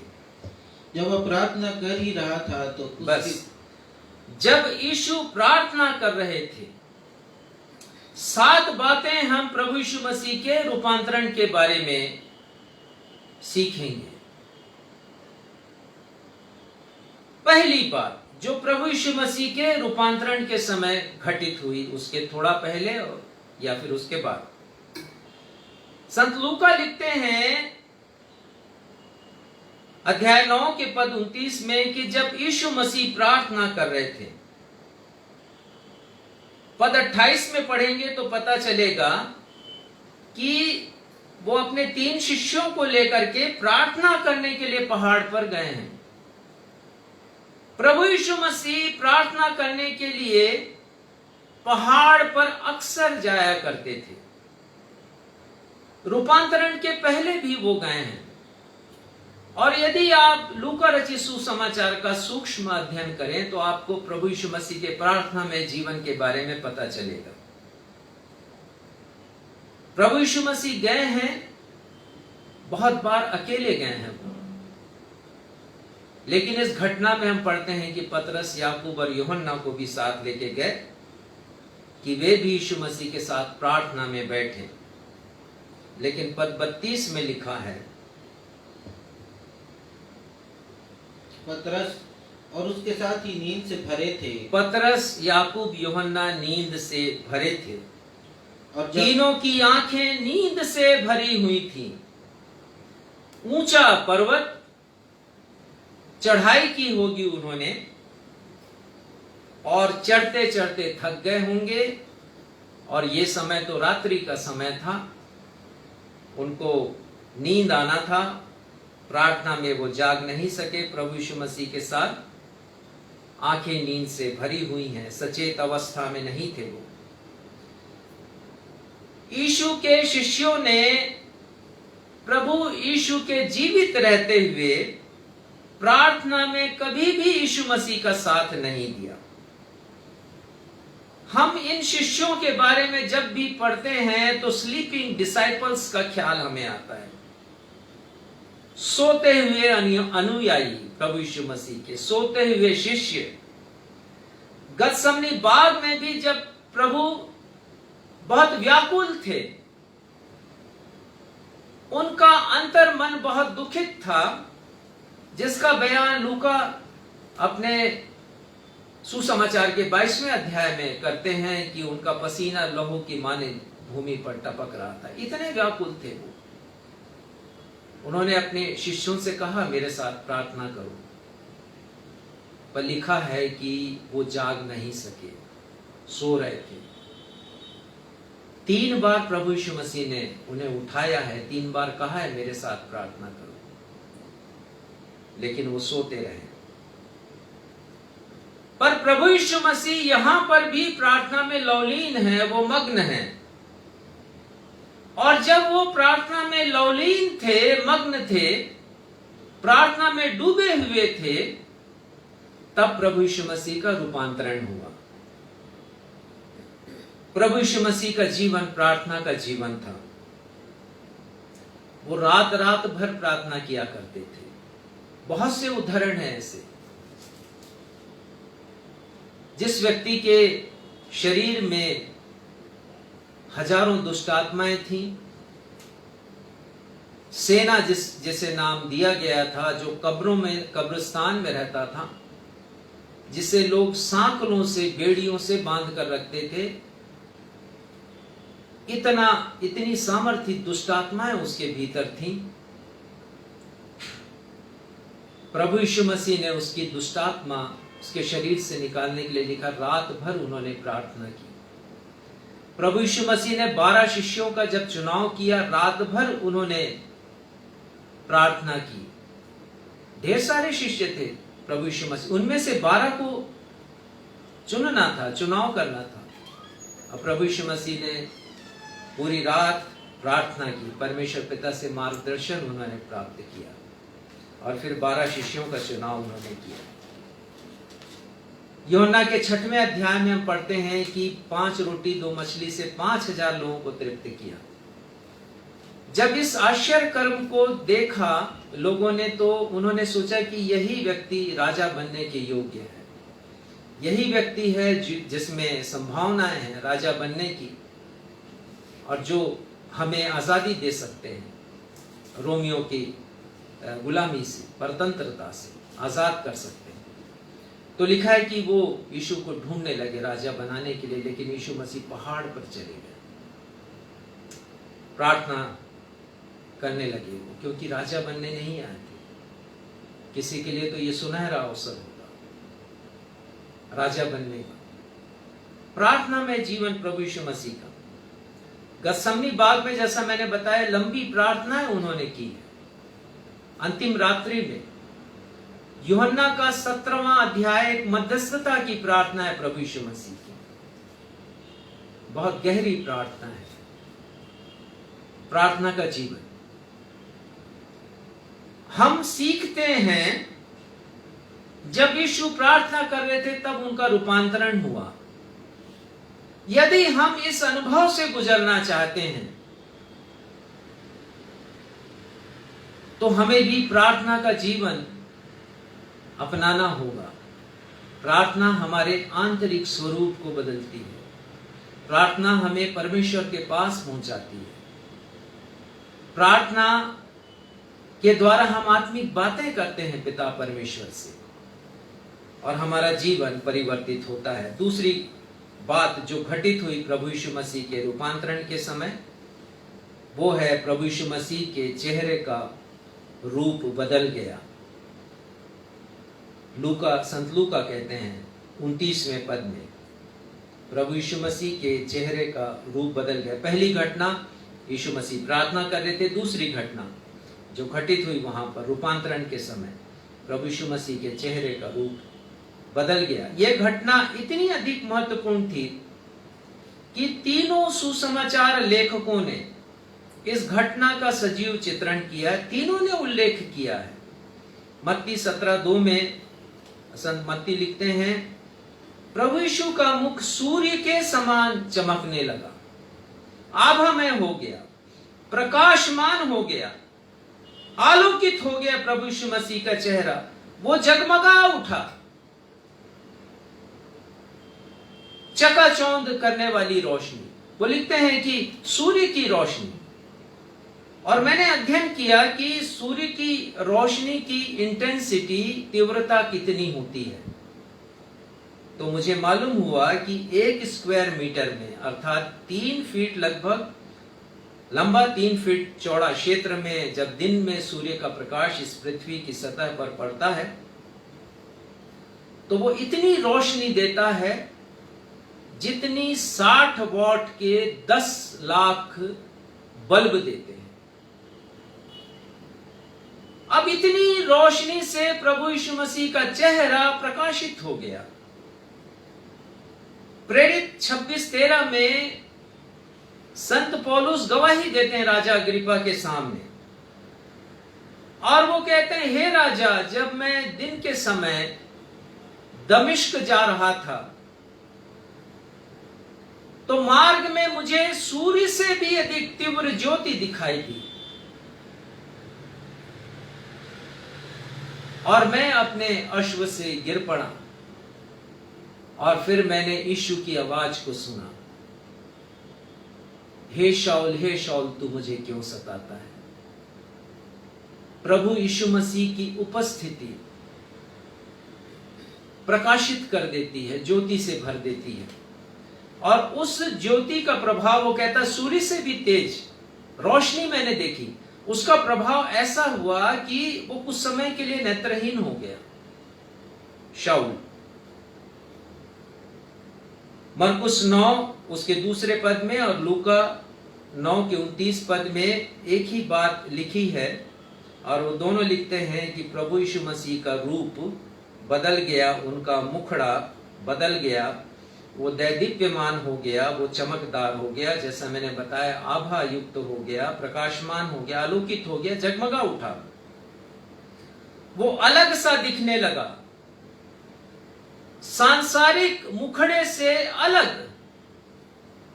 यही है महिमामयी देह को प्राप्त करना, जिसकी प्रतिज्ञा परमेश्वर ने मुझसे और आपसे की है, जब मुझे और आपको अनंत जीवन मिलेगा। सांसारिक रूप से अलग रूप हो जाएगा, लेकिन जो भी रूप होगा उसमें हम पहचान सकेंगे। इसका भी प्रमाण है, हम आगे देखेंगे। यदि आप इंग्लिश बाइबल्स पढ़ें और अलग अलग एडिशन के पढ़ें, अलग अलग अनुवाद के पढ़ें आप, तो बहुत विविधता आपको मिलेगी इस विषय की। NIV की बाइबल में लिखा, the appearance of his face changed. प्रभु यीशु मसीह के चेहरे का अपीयरेंस बदल गया, प्रभु यीशु मसीह का रूप बदल गया, वो कहते हैं। और न्यू अमेरिकन स्टैंडर्ड बाइबल में आया है, the appearance of his face became different, वो अलग हो गया, मानवीय चेहरे से अलग हो गया, वो स्वर्गीय चेहरा उन्हें मिल गया। और न्यू किंग जेम्स वर्जन में और एक और दूसरे अनुवाद में आया है, the appearance of his face was altered, बदल गया, पूर्ण रूप से बदल गया। और किंग जेम्स वर्जन में आए, the fashion of his face was altered, लगभग वही बात लिखी है उन्होंने। लेकिन जो मुझे सबसे अधिक पसंद आया वो है न्यू लिविंग ट्रांसलेशन NLT, और उसमें लिखा, the appearance of his face was transform. प्रभु यीशु मसीह के चेहरे का रूप परिवर्तित हो गया, ट्रांसफॉर्म्ड हो गया, रूपांतरित हो गया।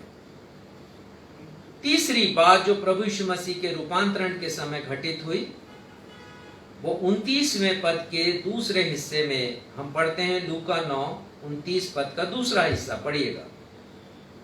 और उसका वस्त्र श्वेत होकर चमकने लगा। प्रभु यीशु मसीह का वस्त्र श्वेत होकर के चमकने लगा। प्रभु यीशु मसीह का परिधान भी बदल गया, परिवर्तित हो गया। ये अद्भुत बात थी और ये सिग्निफिकेंट चेंज था।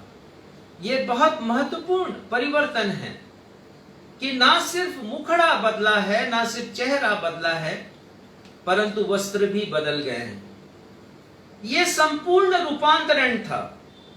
ये मूसा और स्तिफनुस के समान नहीं था जिनके केवल चेहरे में परिवर्तन हुआ। चेहरे में परिवर्तन और वस्त्र में परिवर्तन का हमारे आत्मिक जीवन से गहरा संबंध है और हम आने वाले सप्ताह इसके ऊपर विचार करेंगे। चौथी बात जो प्रभु यीशु मसीह के रूपांतरण के समय घटित हुई वो 30वें पद में हमें पढ़ने के लिए मिलती है। पढ़िएगा। और देखो, मूसा और एलिया ये दो पुरुष उसके साथ बातें कर रहे थे। मूसा और एलिया ये दो पुरुष भी इन 3 शिष्यों को दिखाई दिए प्रभु यीशु मसीह के साथ। ये एक महत्वपूर्ण घटना।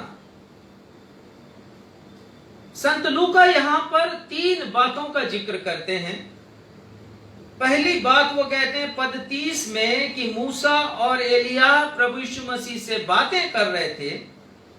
पद 31 में वे लिखते हैं कि वे महिमा सहित दिखाई दिए थे, अर्थात स्वर्गीय रूप में वो वहां पर उपस्थित थे। और 31वें पद में वो लिखते हैं कि वे प्रभु यीशु मसीह की मृत्यु की चर्चा कर रहे थे जो यरूशलेम में घटित होने वाला था, अर्थात क्रूस पर प्रभु यीशु मसीह के मृत्यु के विषय में वो बातें कर रहे थे। अब यहां पर 2 अनोखी बातें हुई हैं। पहली बात तो ये हुई है कि तीनों शिष्यों ने उन 2 लोगों को जीवित अवस्था में पाया है, बात करते हुए पाया है, महिमामयी देह के साथ पाया है, जो इस पृथ्वी पर सैकड़ों वर्ष पूर्व थे और हजारों वर्ष पूर्व भी कह सकते हैं। उनको उन लोगों ने पुनर्जीवित अवस्था में देखा है और ना सिर्फ देखा है परंतु उनको पहचाना भी है। 2 बात में से पहली बात। और दूसरी बात, उनको ये समझ में आ गया कि वो कह क्या रहे हैं, अर्थात उनकी भाषा को भी ये समझ गए। ये बड़ा अद्भुत है। ये दोनों बातें जब मैं और आप स्वर्ग में जाएंगे तो आत्मिक दृष्टि जो मिलेगी उसके द्वारा हम पहचान सकेंगे स्वर्गीय निवास करने वाले लोगों को, जिसमें हमारे प्रियजन भी होंगे। ये है अंतर्दृष्टि, आत्मिक अंतर्दृष्टि। ये है महिमामयी देह की दृष्टि और महिमामयी देह का ज्ञान कि पूरे विश्व के लोग वहां पर होंगे स्वर्ग में। हम उनकी भाषा को कैसे समझेंगे वहां पर? तो जब महिमामयी देह मुझे और आपको मिलेगी, हमारी अंतर्दृष्टि बदलेगी, हमारा अंतर्ज्ञान भी बदल जाएगा। हम एक दूसरे की बातों को समझ सकेंगे। ये अद्भुत है और यही है महिमामयी देह को प्राप्त करना। यही है रूपांतरण। अब एक बड़ा प्रश्न यहां पर खड़ा होता है कि क्या विशेषता थी मूसा में और क्या विशेषता थी एलिय्याह में कि पुराने नियम से केवल ये 2 कैरेक्टर वहां पर आए हैं अपनी महिमामयी देह को लेकर। दूसरे भी तो चरित्र हैं और बड़े बड़े चरित्र हैं, जिनमें से एक अब्राहम भी है, याकूब भी है, इसहाक भी है, यूसुफ भी है, मूसा भी है, नूह भी है, यहां पर दाऊद भी है, दानियल भी हैं। बहुत से बड़े बड़े चरित्र हैं। प्रभु का काम पूरा किया इन्होंने, प्रभु की योजनाएं पूरी की हैं इन्होंने, प्रभु के प्रति विश्वस्त रहे हैं ये लोग। वे क्यों नहीं आए? और यही हमारे बाइबल की विशेषता है। कोई भी बात बाइबल में अर्थहीन नहीं लिखी गई है। जैसे हम आम भाषा में कह सकते हैं कि बेसिर पैर की बातें नहीं लिखी हैं। एक तारतम्यता है, एक कंटिन्यूटी है, एक जुड़ाव है एक बात का दूसरे बात से। और मूसा और एलिय्याह की उपस्थिति का भी गहरा अर्थ है यहां पर। ये दोनों भविष्यद्वक्ता थे। मूसा व्यवस्था का रचयिता है और एलिय्याह सामर्थी भविष्यद्वक्ता। ये भविष्यद्वक्ताओं की श्रेणी में प्रथम पंक्ति पर है, अपने सामर्थी कार्यों के कारण और सामर्थी भविष्यवाणियों के कारण। अब यदि इन दोनों के अंत के बारे में हम विचार करें कि पृथ्वी पर इनका अंत कैसे हुआ, तो वचन में लिखा है कि मूसा की मृत्यु कहां पर हुई कोई नहीं जानता। लिखा है परमेश्वर ने मिट्टी दी मूसा को, सिर्फ परमेश्वर जानते हैं। अवश्य है कि लिखा है नबो पर्वत पर वो चढ़ा है, अवश्य है कि लिखा है कि मोआब पर्वत में, और ये भी लिखा है कि तराई में परमेश्वर ने उसे मिट्टी दी है, लेकिन बाकी लोगों को कुछ उसके बारे में जानकारी नहीं है।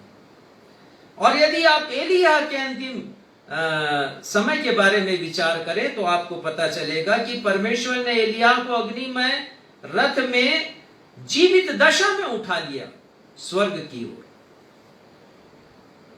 जीवित दशा में अग्निमय रथ आया उसे ले जाने के लिए। अब इसका अर्थ क्या है, इसकी व्याख्या क्या है? व्याख्या यह है कि दोनों प्रतिनिधि हैं, दो समूह के प्रतिनिधि हैं। प्रभु में सोए हुओं का प्रतिनिधि यदि कोई है, कब्र में पड़े हुओं का प्रतिनिधि कोई है, तो वो मूसा है और इसलिए वो दिखाई दिए। और प्रभु यीशु मसीह के द्वितीय आगमन पर जीवित दशा में जो लोग ऊपर उठाए जाएंगे उनका प्रतिनिधि एलिय्याह है। ये दोनों अलग अलग समूहों का प्रतिनिधित्व कर रहे हैं अपनी महिमामयी देह के साथ में यीशु के संग खड़े होकर। इसका बयान हमको मिलता है पहला थिस्सलुनीकियों 4 अध्याय के 16वें और 17वें पद में कि प्रधान दूत की तुरही बजेगी और जितने प्रभु में सोए हैं वे पहले जी उठेंगे और बाद में हम सब जो जीवित दशा में हैं प्रभु के साथ उठा लिए जाएंगे कि बादलों पर हम उनसे मुलाकात करें। अद्भुत बातें हैं परमेश्वर के वचन में। पांचवी बात जो प्रभु यीशु मसीह के रूपांतरण के समय घटित हुई वो 33वें पद में, लूका के 9वें अध्याय के 33वें पद में हमें इसका वर्णन मिलता है। जब वे उसके पास से जाने लगे तो पतरस ने यीशु से कहा, हे स्वामी, हमारा यहाँ रहना भला है, अतः हम 3 मंडप बनाए, एक तेरे लिए, एक मूसा के लिए और एक एलिय्याह के लिए। यहां पर हम देखते हैं कि ना सिर्फ परिवर्तन चेहरे में हुआ है, ना सिर्फ रूपांतरण वस्त्रों का हुआ है, परंतु वातावरण भी बदल गया है। महिमामयी देह का यही कहना चाहिए गौरव है, यही शान है। जहां पर भी महिमामयी देह की उपस्थिति वातावरण बदल जाता है। प्रभु यीशु मसीह के जन्म के समय स्वर्गदूत आए हैं, वातावरण बदल गया है। ये वातावरण को परिवर्तित कर देते हैं महिमामयी देह वाले। हमें जो देह मिलेगी वो देह इस पृथ्वी की दूषित दशा में रहने के लिए नहीं मिलेगी, स्वर्गीय दशा में परिवर्तित वातावरण है जहां का। और ये उस पर्वत पर पूरा वातावरण बदल गया है। और ऐसा वातावरण बदला है कि यहां पर प्रभु यीशु मसीह के शिष्य पतरस कहते हैं, हे स्वामी, हमारा यहां रहना अच्छा है, तो हम 3 मंडप बनाएंगे। 3 मंडप बहुत अच्छा लग रहा है। प्रभु कितना अच्छा है, यहाँ पर मूसा भी हैं, एलिय्याह भी हैं और आप भी अपनी महिमामयी देह में हैं। पूरा वो जो दृश्य है आलोकित है, प्रकाश से भरा हुआ है और बहुत अच्छा है। तीनों सुसमाचार लेखकों ने इसके विषय में लिखा है कि पतरस कहते हैं हमारा यहाँ रहना अच्छा है, और वो कहता है कि 3 मंडप बनाएंगे, एक आपके लिए बनाएंगे प्रभु, और एक संत मूसा के लिए हम बना देंगे, और एक संत एलिया के लिए हम बना देंगे। ये दोनों नबियों के लिए एक मंडप, आपके लिए 3 मंडप बनाएंगे। हम ऐसे ही रह लेंगे, बिना मंडप के रह लेंगे, आप लोग रहिए यहाँ पर। ये पतरस का कंफर्ट जोन है। इस जोन से बाहर नहीं निकलना चाह रहा है। ये बड़ा सुविधाजनक क्षेत्र है, आरामदायक क्षेत्र है। इस क्षेत्र से वो निकलना नहीं चाह रहा है।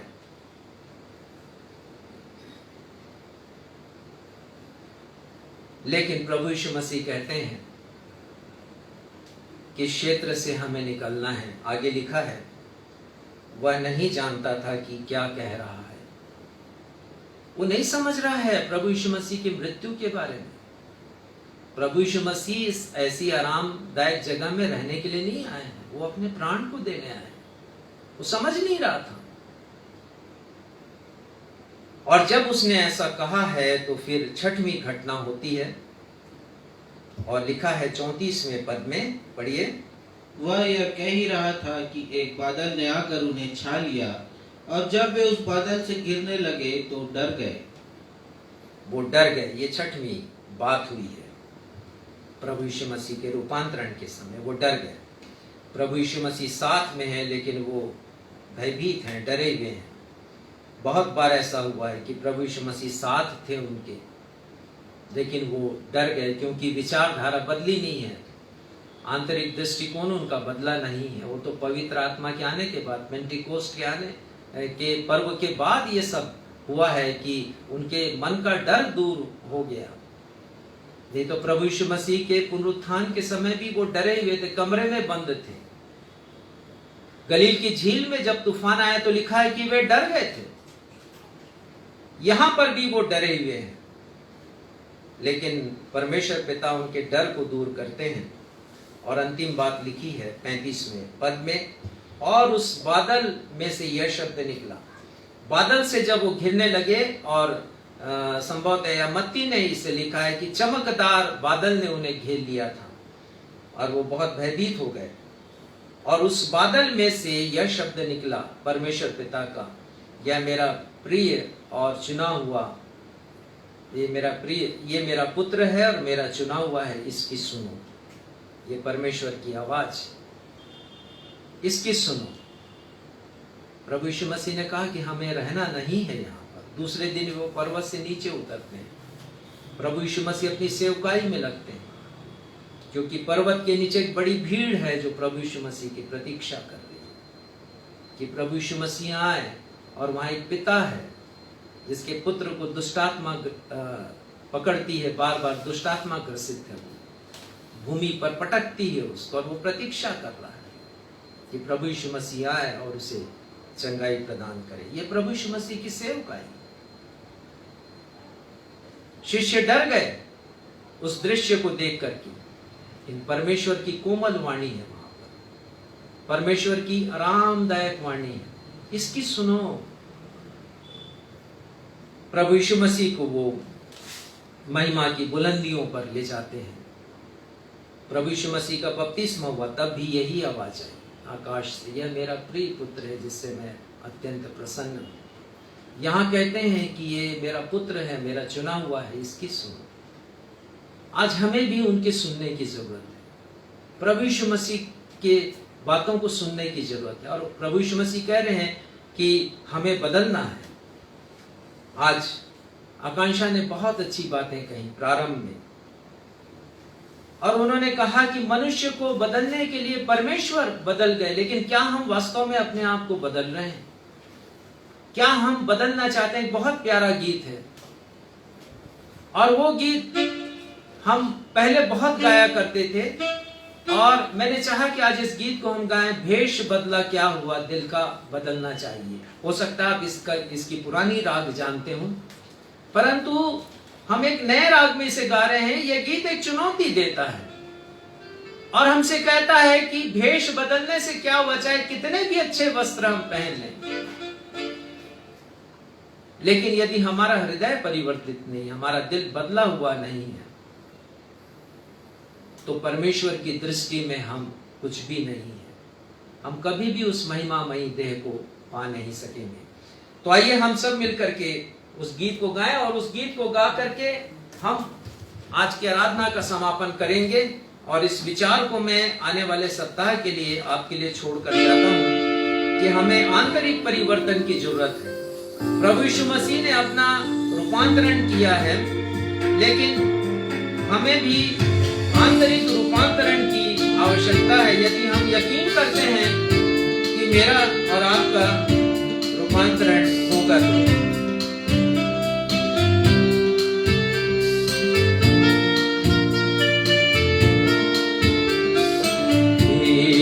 बदला क्या हुआ, दिल का बदलना चाहिए।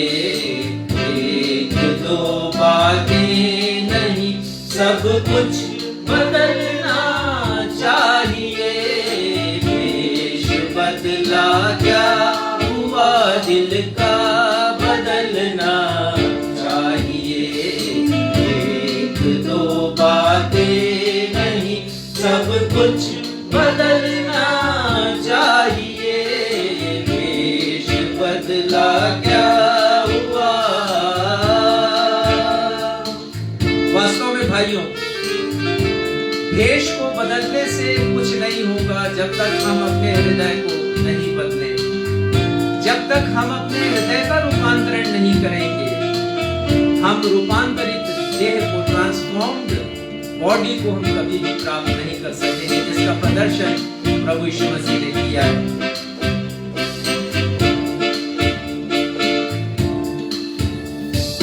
जो सुने बाइबल से वो दिल से समझना चाहिए। दिल बदलने के लिए यीशु से मिलना चाहिए। सुने बाइबल से वो दिल से समझना चाहिए। बदलने के लिए यीशु से मिलना चाहिए। यदि आप चाहते हैं कि आपका दिल बदला जाए, तो आज ही आप यीशु से मुलाकात करें। वो आपको बताएंगे कि हमारा दिल कैसे बदल सकता है, कैसे रूपांतरित हो सकता है। उन्होंने डिमॉन्स्ट्रेट किया है, वो अच्छी तरह आपको बताएंगे।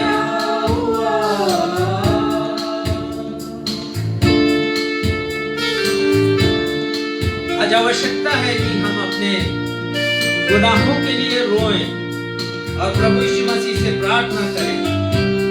और इस गीत के लेखक लिखते हैं कि यदि हम बेचैन हैं तो पहलू बदलना चाहिए। हमें बदलने की आवश्यकता है। जब तक मैं और आप अपने आप को नहीं बदलेंगे, उस स्वर्गीय राज को हम नहीं प्राप्त कर सकेंगे।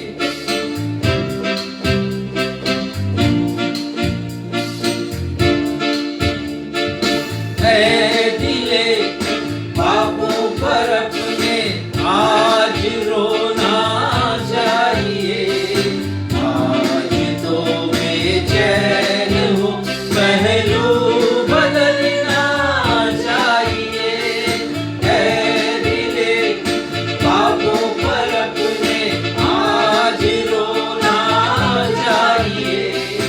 आज तो बेचैन हो, पहलू बदलना चाहिए। भेष बदला क्या हुआ, दिल का बदलना चाहिए। एक दो बातें नहीं, सब कुछ बदलना चाहिए।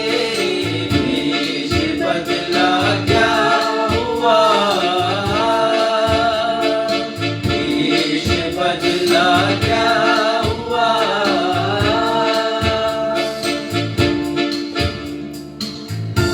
आइए हम सब प्रार्थना में जाएं, उसके बाद प्रभु की प्रार्थना और आशीष से आज की आराधना को हम समाप्त करेंगे। हमारे पिता,